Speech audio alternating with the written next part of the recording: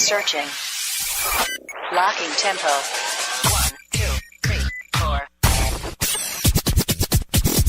Somebody tell me where the party at. Where the party at. Where the party at. Happy Hour starts live in 5 seconds. 4, 3, 2. Hoppy. Ryan Hoppy. Hoppy. Ryan Hoppy. Hoppy. Ryan Hoppy.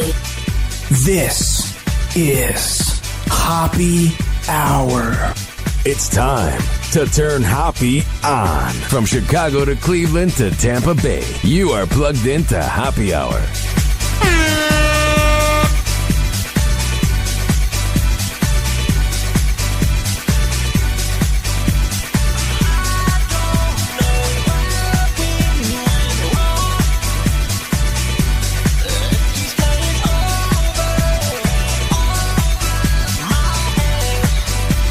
Yes. What's up? This is Happy Hour. I am your host, Ryan Hoppy, hanging out with you and you as well for the next hour. Call the show 856-49-HOPPY. That's 856-49-HOPPY, and I will be sure to get to your calls in real time. Tweet me at Ryan Hoppy Radio and chat me via the Hoppy Radio app. But let's listen to this greatness. Yeah.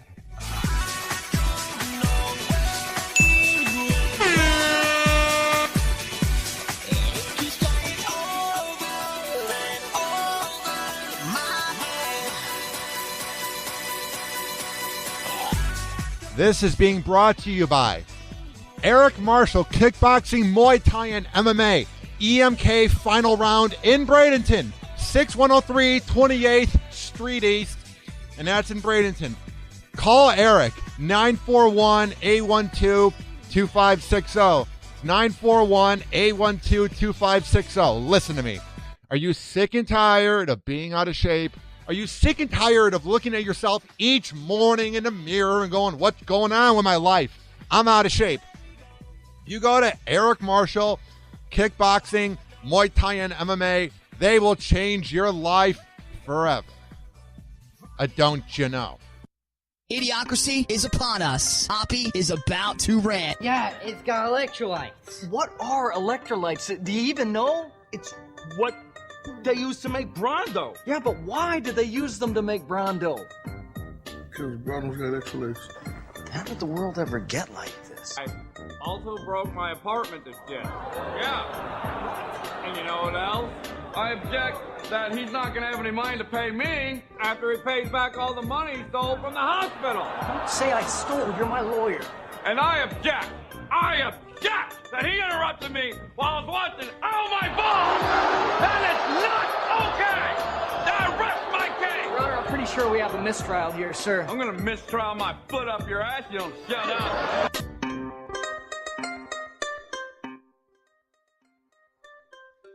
I never thought that the movie Idiocracy would come to life. Now, what I'm about to talk about has nothing to do with Donald Trump or the White House. I'm not Republican. I'm not Democratic. So anybody that leans on the right or left, you don't have to tune out because I'm not going to discuss politics. But I am going to talk about Generation Z, the late millennials, people that were born in the year 2000. And now, I'm not going to be the old man on the front lawn in my rocking chair drinking a beer complaining about the new generation. I'm not going to be the old guy that says that they're entitled, even though they are, that they're awful. I'm not going to be like that. But I am going to explain to you something that happened to me last night that was very socially awkward. No, it wasn't my usual socially awkward, weird self. This had nothing to do with me. I was not in the wrong at all. So let me paint a picture for you guys. So I got up Sunday morning at 2 a.m. to come to work at 4 a.m. to board up for 102.5 The Bone. So I board up from 4 a.m. to 6 p.m. So I was really tired, okay? But I was also full of adrenaline. I was like, okay, I've worked all day. either I can go to bed or just pull a 24-hour day and go to my friend's beach house. So I chose the latter.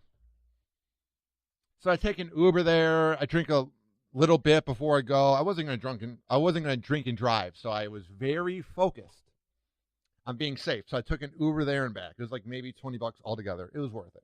Because it was funny. On the way back when I was taking the Uber, like at 2 a.m, there were cops everywhere. And I'm like, and that is why drunk driving is very dumb.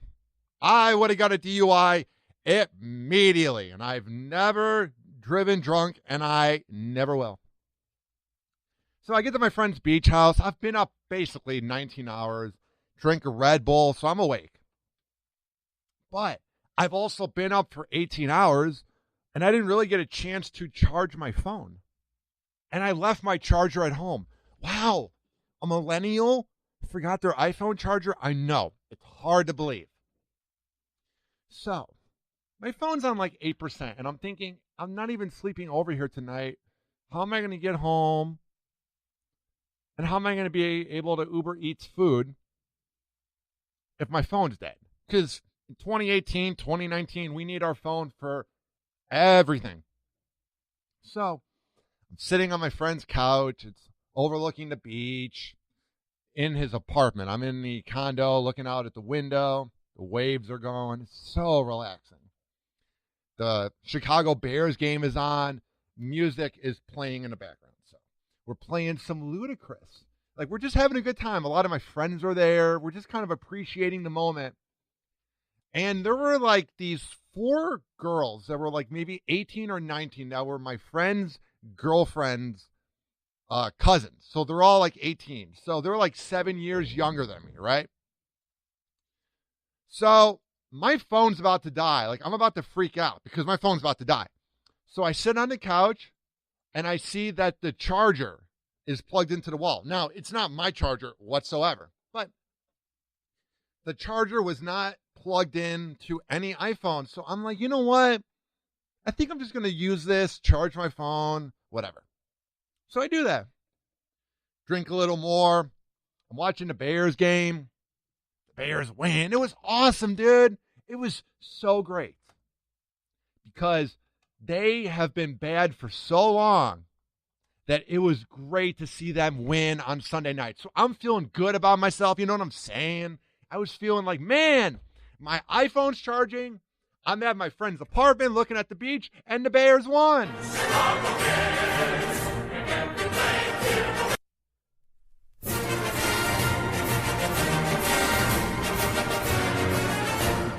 Down, Chicago Bears. They're going to lead us to victory. Anyway. So, all of a sudden, the 18-year-olds go, okay, my parents are here. We got to go. So, they say goodbye. Go, hey, it was nice to meet you guys, even though we didn't talk at all, blah, blah, blah. And the one who was like 18, dressed very trendy for her age, goes, excuse me? And I go, what? Like, I'm kind of drunk. I'm laying on the couch. I'm chilling. I'm watching a football game. I'm tired. She goes, how could you? I go, what are you talking about? Like, I almost thought it was a dream because I've been up so long and I'm kind of drunk that I'm like, this is weird. She goes, how could you have the audacity to charge your iPhone with my charger without my approval? And I go, well, it wasn't plugged into your phone. It wasn't like I unplugged it. Like, if the phone was on 4% and I unplugged her phone to charge my phone, that would be one thing. But the other thing is the fact that this is literally ridiculous because I am sick and tired of Generation Z being so attached to their phone. Your cord, your charger, was in the corner of the room. Nobody was using it. I didn't take it to a party and then drop it off later. I didn't take the charger and unplug your phone. This social media, this cell phone addiction is absolutely out of control. It's absolutely out of this world. Now, listen to me.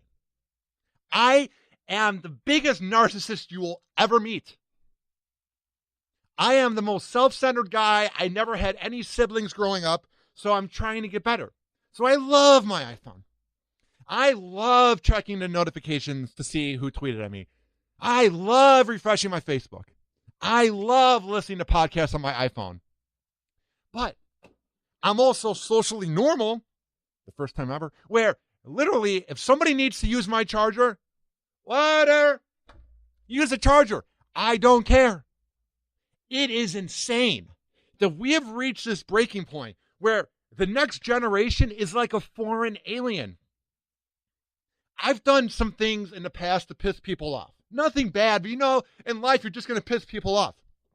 Hey, why'd you take that beer from the fridge? That was my beer. Or, hey, dude, you got to clean up after you're done eating. Like, you know what I'm saying? Like, whenever you hang out at a person's house, they'll critique you. I've never, in my 25 years on this planet, a quarter century, I've never, ever had somebody go, how dare you use my iPhone charger? I've never had somebody call me out at a party for charging my phone. I swear to God, I don't know what's going on with this next generation. And I'm now ripping into Generation Z because a lot of Generation Z people, they really have good hearts. Like, I'm not going to discuss the president at all. I don't talk about politics. But a lot of them seem to be really offended by the president. So they're using it as a platform to be nicer to people. They're using it as a platform to try to do better to the world. Even if you don't think that Trump's doing anything bad, and even if you think that the intentions of them trying to make the world better because of Trump is dumb because you think Trump's okay, you got to appreciate the fact that the Generation Z really wants to do good for the rest of this time that we're on this planet. But at the same time, that is the weirdest thing that has ever happened to me. The fact that me using a charger, the fact that it was plugged into the wall and they were on the other side of the room, being 18-year-olds in the really big beach house that I was at. It's insane that in a social situation, somebody would call me out for that. Now, maybe I'm not up with the times. Maybe I need to be more up to date and more hip and know that that was disrespectful, man. That taking someone's iPhone cord is out of this world. Hey, you can't do that. No, no, no, no. Or the social warriors are going to come after you. Am I out of touch? Is using a person's iPhone charger that's plugged into the wall when they're not around, is that so awful? Call me, 856-49-HOPPY. 856-49-HOPPY. I want to know, am I in the wrong because my cell phone was charging using another person's charger? Let me know. Happy Hour. Happy Hour. Are you sick and tired of waking up every morning and looking at yourself in the mirror and being disappointed in how you look? Are you sick and tired of going to social events and seeing your friends in better shape? Are you sick and tired of watching TV shows and wishing you had the body of the famous actors? Well, guess what? That can change immediately if you go to Eric Marshall Kickboxing, Muay Thai, and MMA in Bradenton. He has the best classes for you to get you in shape. It's not like any other boxing trainer where they're just cashing in a check, teaching a class. Eric Marshall cares about each and every one of you that come to his class. So if you go there and tell them that I sent you, they will hook you up with a top-notch deal. Now, to get into contact with Eric, it's not hard. It's not rocket science. 6103 28th Street East, and that's in Bradenton. 941-812-2560. Go there and get into shape today. Tweet Ryan Hoppy at Ryan Hoppy Radio. Snapchat him at Hoppy Radio. And email him anytime at ryanhoppyradio@gmail.com. Now back to the show.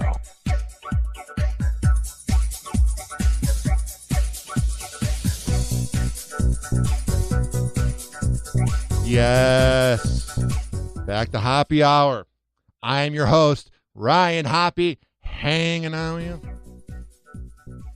Call the show. 856-49-HOPPY. 856-49-HOPPY. Yes. The Chicago Bears won on Sunday in prime time against the Los Angeles Rams.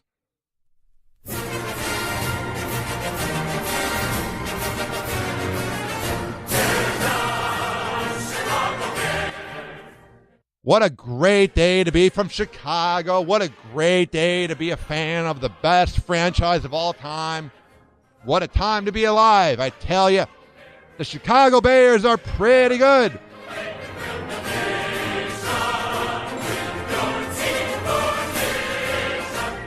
All right, enough of that.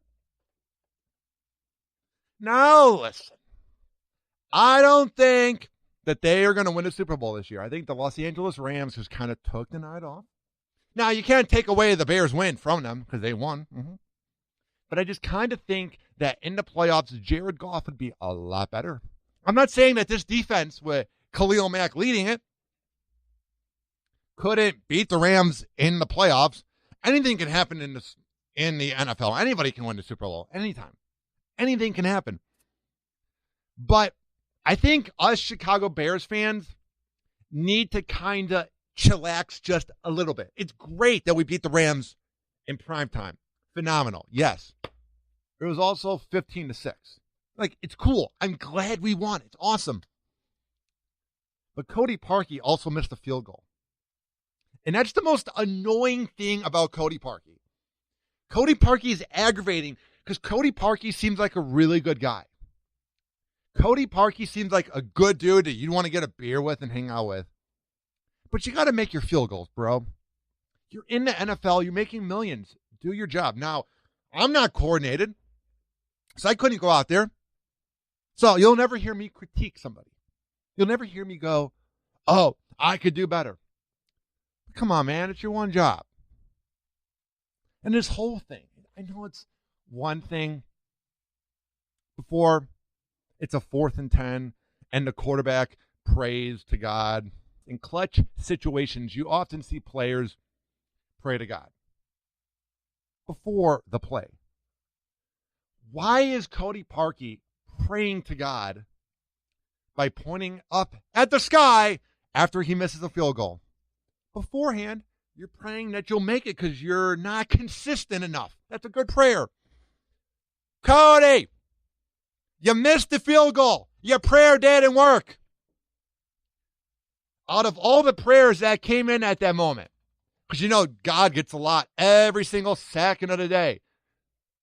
At that time, Jeff from Omaha was praying that he would get the new job, and he did. And God missed out on your email of a prayer, literally saying, hey, can we make the field goal? You've got mail. God didn't pick up that email. God didn't pick up that prayer request. You've got mail. So don't point at the sky. Obviously, you need to have better prayer routines if you keep missing field goals. For a few weeks, you were making the field goals. It was fine. Whatever. Seemed like you were back on track. But then you missed the field goal, and you're pointing at the sky like, sorry, hey, God, maybe next time. Maybe quit focusing so much on the whole idea of praying to God and more on your form and more on your clutchness and more on your nerves because there's something off. I'm not doing an anti-religion rant right now, but it seems like Cody Parkey is more focused on doing the right prayer to God to make the field goal than actually having the form and actually kicking the ball and actually making it through the uprights.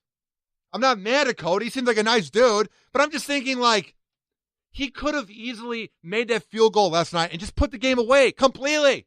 Completely. I know this is going to happen. Cody Parkey's going to have a good rest of the year making field goals. And then we're going to need a field goal to be up by 2 scores, maybe by like 10 points in the playoffs. And he's going to miss it. And then the team that we're playing is going to come down the field because the defense is going to be pissed off and not as accurate. And that team's going to get a touchdown, and then we'll lose the game because of him. It's just how Chicago sports works. This is a black cloud that has flown over the franchise, is that your field goal kicker has costed you some games.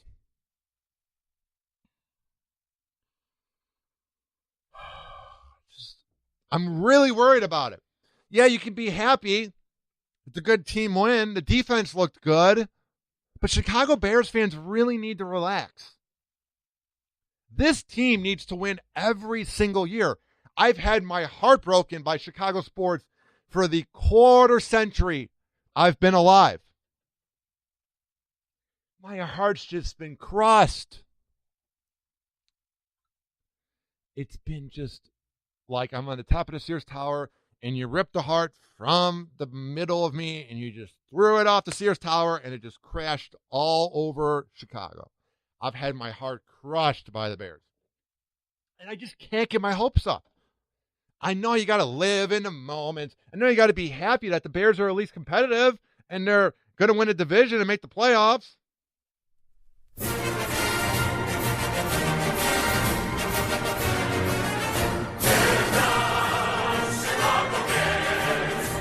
But there's just something about this team that makes me nervous. I don't know what it is. I overthink a lot of things in life. So maybe I'm overthinking this. Maybe I'm putting too much thought into this. Maybe that's just one field goal. And Cody Parkey will be clutch in the playoffs. I'm rooting for Cody Parkey.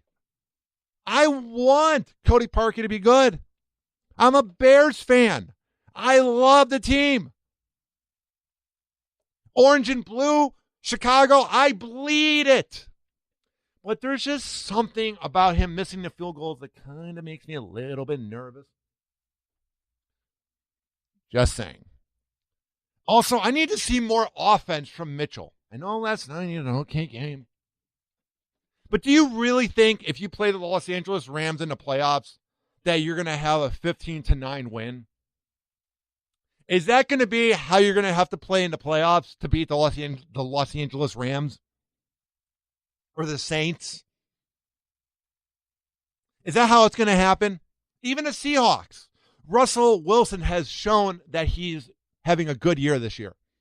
I need to begin seeing Mitchell Trubisky each week at least throw 350 yards and 3 touchdowns.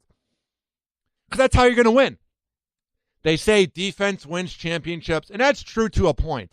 But in 2018, going on 2019, you need to have your quarterback throw bombs. Say what you want. Say that the high offense is ruining the league. Say that when you watch the Chiefs and the Rams game a few weeks ago, it's bringing back football a few years. It's kind of embarrassing. All the traditional fans that are in their 50s want to see defense.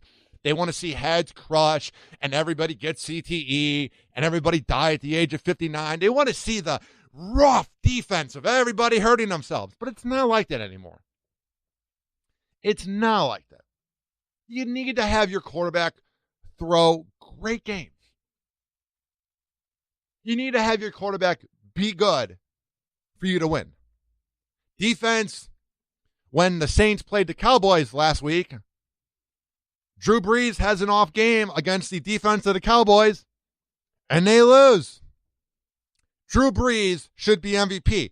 He is that team. The same could be said about Patrick Mahomes. They have off games, and the team cannot win.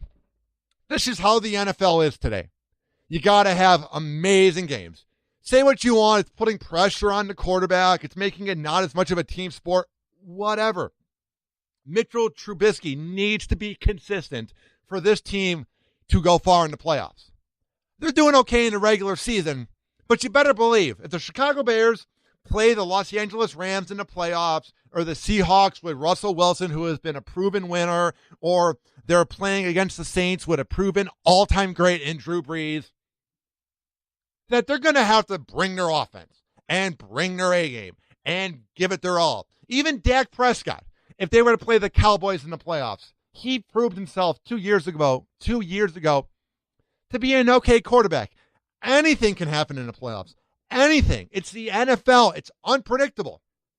Who knows? Maybe Mitchell Trubisky has a hell of a playoff and breaks records and makes us completely forget about Jay Cutler and makes us completely forget about the 85 Bears. But I'm just kind of nervous about Cody Parkey missing field goals and Mitchell Trubisky not always being elite quarterback each week throwing bombs. Now, maybe they will end up kind of being like the Ravens of 6 years ago where your defense actually helps you win and then the quarterback is good enough in the playoffs. But I feel like in the past few years, you need to have your quarterback be insanely great to win a game. Can't have any mistakes as a quarterback. None at all. I mean, look at the Super Bowl last year. The Eagles almost lost to the Patriots, and it went down to the last play. And then defense finally won it at the end, but the quarterbacks were just throwing bombs back and forth. It was insane. It was out of this world. There was no defense at all. There was defensive plays that won it, but it seems like every single time, 41-33, first quarter, the Eagles had 9 points, and then the Patriots had 3. Next quarter, Eagles had 13 points, Patriots had 9. Then it was 14-7, Patriots, Eagles. Then it was 12-7, Patriots, Eagles. 33 points were scored by the Patriots, 41 scored by the Eagles, and they lost. The Patriots did. And they literally had to have Tom Brady score every single time, and the defense could not shut down Nick Foles at all. Tom Brady in a Super Bowl threw 28 of 48, 505 yards, 3 touchdowns, no interceptions. Yeah, he had the fumble. He had the turnover at the end in the last drive.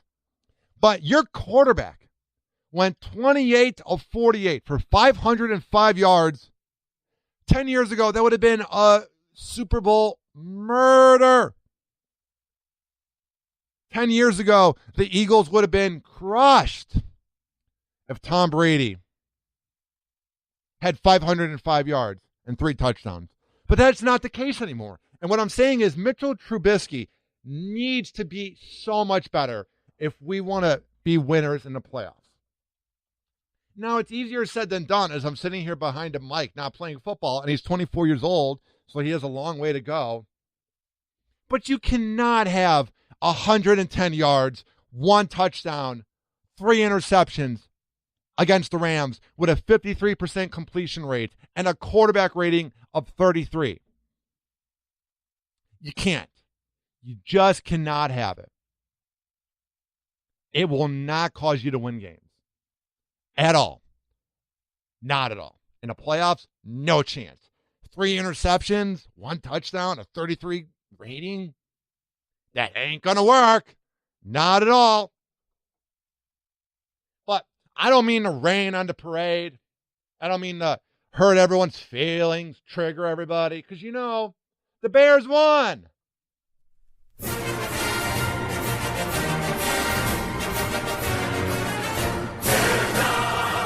Chicago Bears make every play clear the way to victory. I'm reading the lyrics.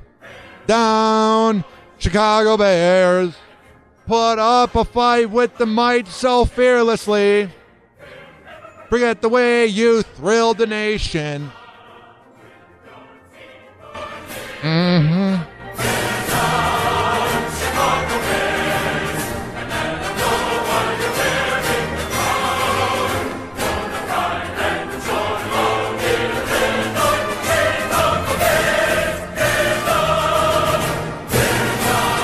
Chicago Bears.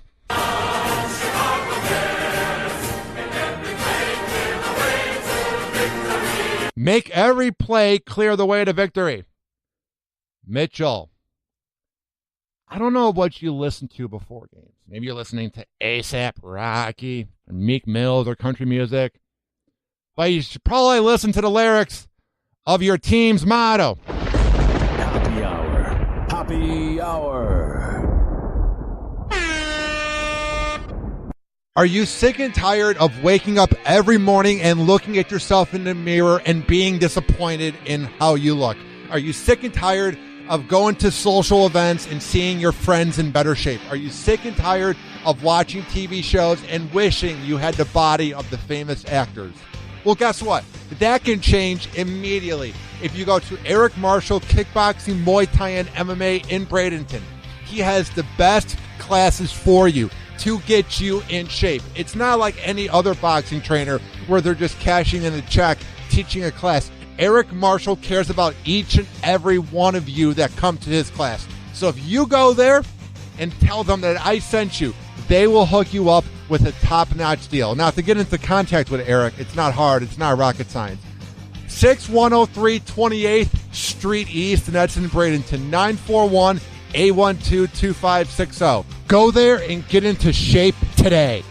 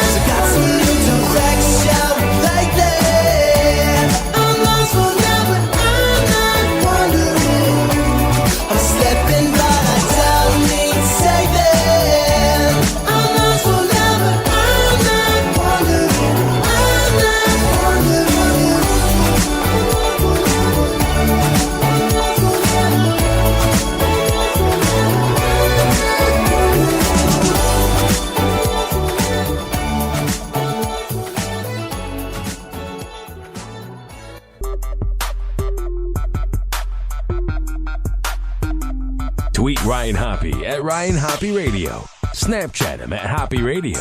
And email him anytime at ryanhoppyradio@gmail.com. Now back to the show. Yes. Welcome back to Hoppy Hour. I am your host, Ryan Hoppy. So you know what I was thinking about? It's obvious that we have a problem with sexual assault, with men taking advantage of women, The Me Too movement is a great thing to expose it.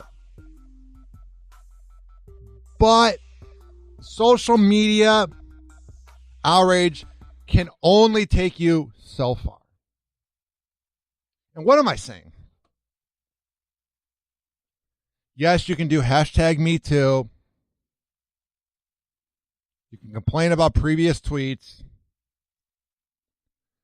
But the only thing that's going to fix this issue is when we are charging somebody with rape and they're guilty, they need to all of a sudden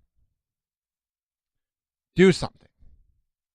If somebody is charged with rape, they should immediately be going to prison. Here's what happened. Victims outrage as former Baylor fraternity president accused of violently raping 19-year-old gets no jail time and won't have to register as a sex offender in a controversial plea deal. Well, you know what? We're screwed. You know what? We're done.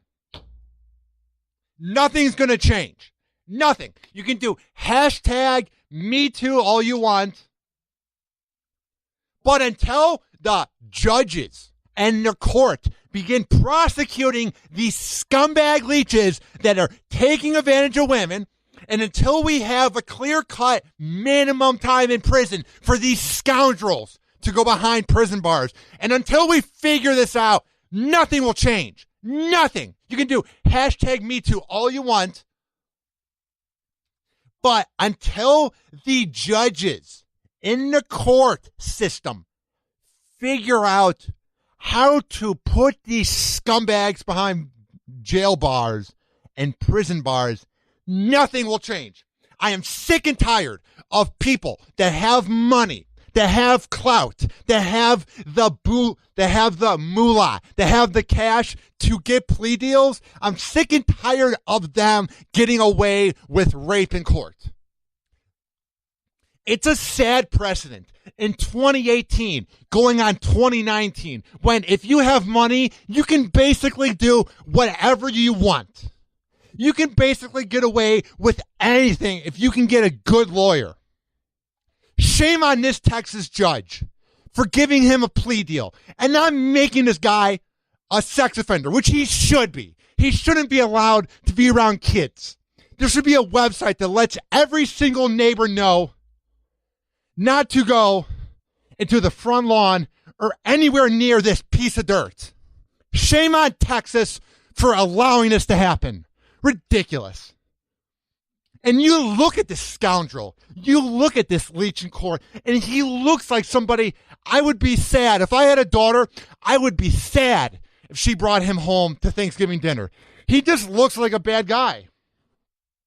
He looks like a sociopath. He looks like a guy that would take advantage of you and violently rape you because he's a scumbag, he's rich, he's entitled, he's used to everything going his way. And literally, that's what happened. Everything went his way. Listen to me.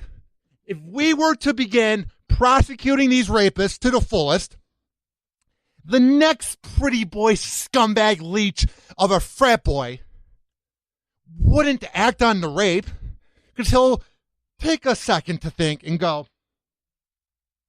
man, that guy got 10 years in prison. I'm not going to do it. But it's a bad precedent because then they go, whatever, if I get in trouble, I'll just pay it off with my lawyers. Whatever, get a plea deal. Pathetic. Hashtag Me Too all you want. It's great. I love the exposure. I love seeing the rich and famous get exposed when they act like they're better than us middle-class folks. I love it. It's great. But you got to do something about it. You got to put in some action into it. You got to figure out a way to prosecute them to prevent it in the future. It's cool to come out and expose them. It's great to embarrass their life. But until you take some real action,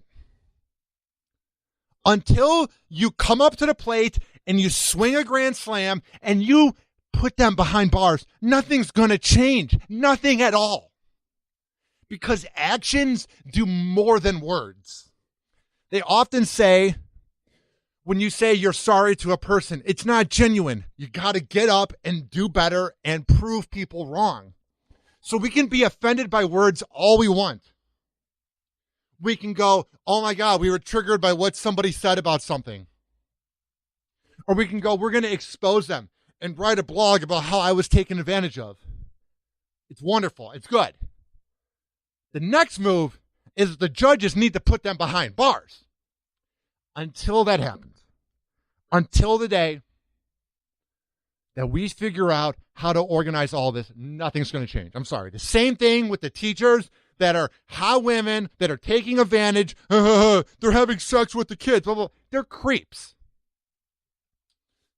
Until any of this gets taken seriously and each judge prosecutes them the same way, nothing's going to change. Nothing. Nothing at all. I have a better chance of winning the lottery than things changing at this rate.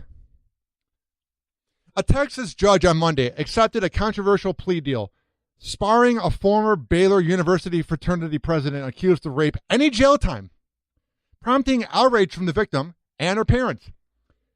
Scumbag piece of dirt loser Judge Ralph signed off on the plea agreement to 24-year-old Jacob Walters Anderson. A no contest plea means a defendant does not admit guilt, but will offer no defense. Because you're a scumbag leech that was caught.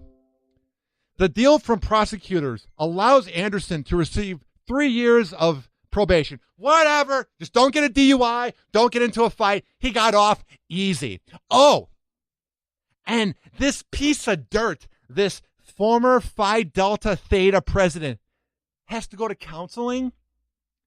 And guess how much his fine is? $400. And he will not be forced to be a sex offender.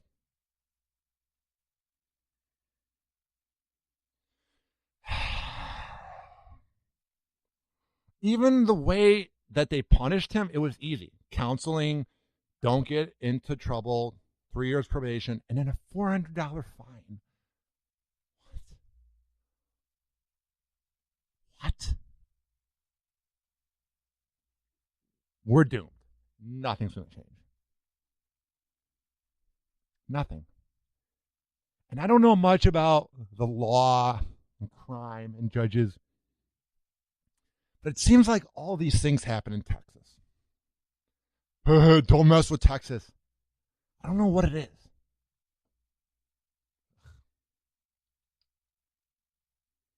The saddest part is the girl said she was saving herself for marriage until that night. Awful, awful.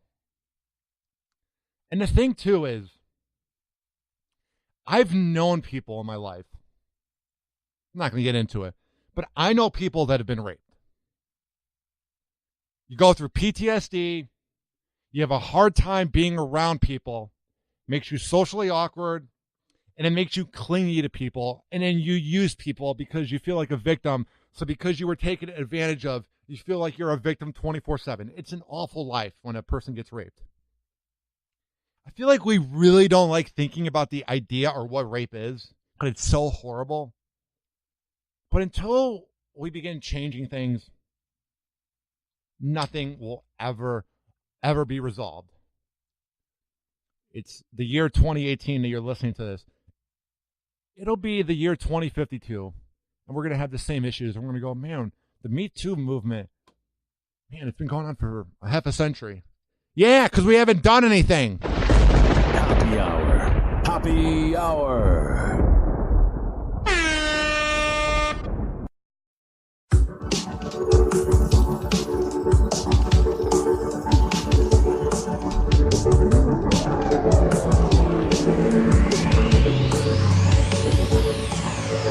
Stop by the bay to look upon it, to stand still and to think, should I believe in my home?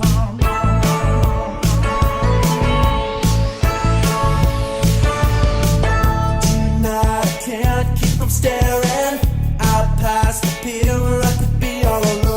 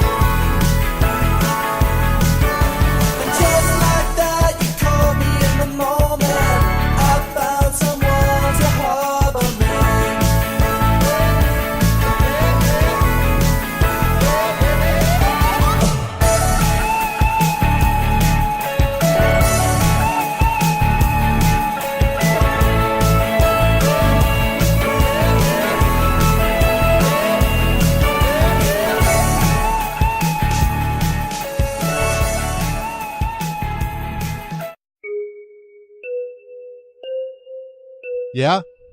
Okay.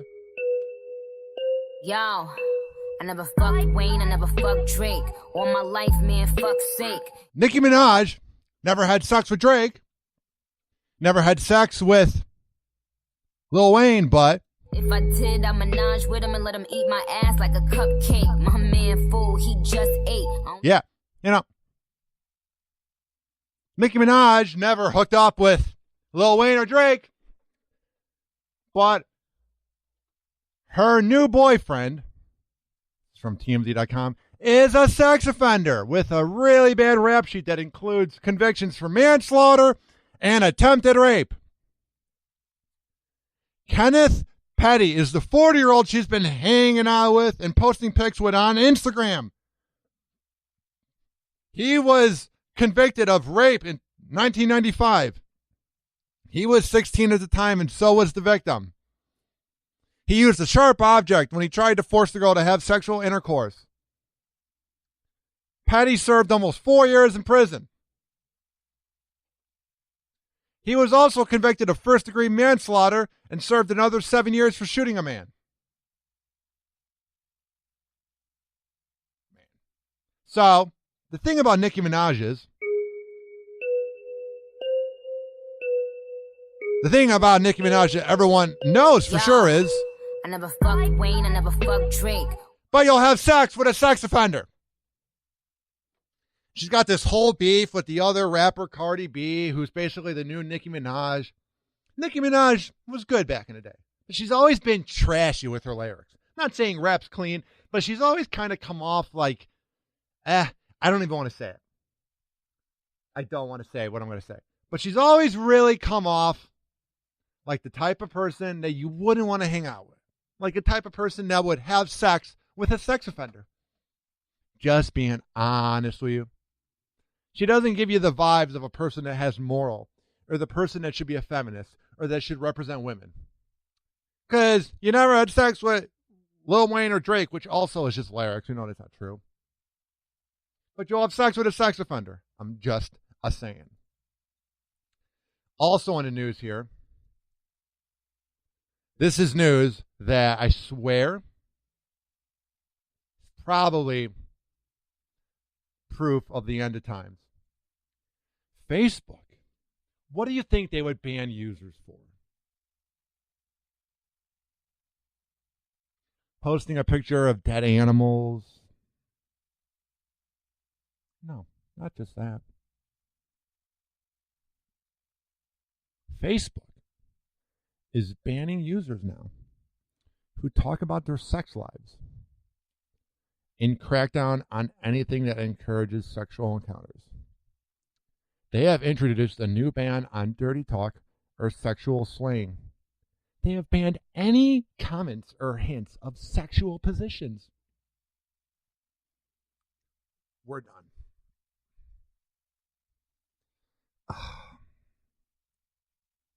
You do realize that sex is the reason why we're here, why I'm talking to you right now. Our mom and our dad had sex, and then we came out of the womb. Now, I get Facebook now wanting to have pornographic videos on the main timeline. I get Facebook not wanting to even have suggested pictures because their age limit is 13. So 13-year-olds probably shouldn't be seeing that. But the fact that Facebook is going to ban people over dirty talk or sexual slang, you know that the front office of Facebook is filled with the creepiest imbeciles that get down with the kinkiest things. Because people that are so gung-ho about something not happening usually do the things that they're trying to ban. Like how priests are all up and they're against gay marriage, and they often are seen having sex with a guy in a bathroom. Facebook is out of their mind. It's out of control. Like, where are we going? Where's this road going to? We are literally offended by everything. We get offended over the littlest things. We have turned into the biggest pussies of all time. We have turned into what we were all against. The whole point of social media 10 years was you post things online and you're being edgy and creative and unique, and that involves sex. But now we're nothing more than pansies, losers, wimps that are offended by everything. Things are not good. Now, however long we live on this planet, we'll be fine. We'll have dinner. The world's not going to end because Facebook doesn't want to have dirty words on their website.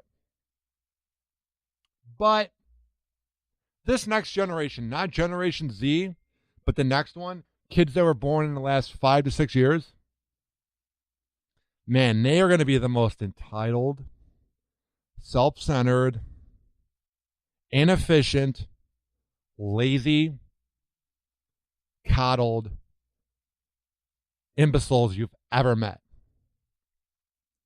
They're going to be offended over everything.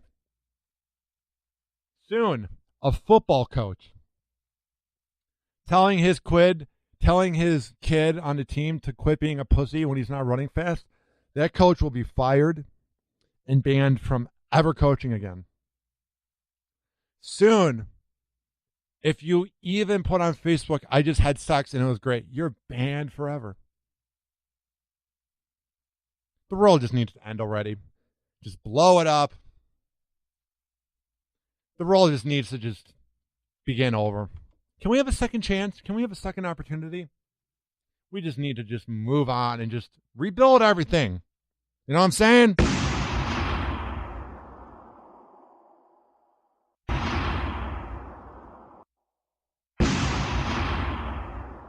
Hear that sound effect? That's the world exploding before your eyes. Things are better now. Oh yeah, awesome. Things are better. We're doing better now. It's our second chance. Wow, we're not offended by words anymore. We're not all pussies. Wow, we can actually talk about things and be honest and real and raw, which is what made this country great. Wow, we're not offended by sex, something that made us live on this planet. We're doomed. Happy hour is about to end, but first, it's time for last call. Ow! Ow! Doesn't this song just cheer you up, makes you want to party? Yeah. Pass the shots, they're on me. The bar tab's on me for happy hour. Party. You know what I can't wait for? The Cox Media Company party on Thursday. They're doing a karaoke. And I know there's going to be people in this building that are going to take it so seriously and be wonderful. I'm tone deaf, and I'm singing It's Going to Be Me. It's going to be hilarious. It's going to be out of this world. It's going to be the funniest thing you've ever seen. Actually, forget the plugs. You know happy hour is about to end. You know how to find my show. You know that Eric Marshall is the best boxing coach around. Forget all about that. Let's have a little fun here. And let me get some practice. I want to practice with you guys first. Give me an opportunity to get ready. Because I'm going to be in front of literally everybody that I work with. Now, happy hour isn't a part of Cox Media, but they allow me to record it here. But I work at The Bone, which is owned by Cox Media, so they're having a company party on Thursday, and there's going to be karaoke. And I need to be ready. I need to be able to bring my A game.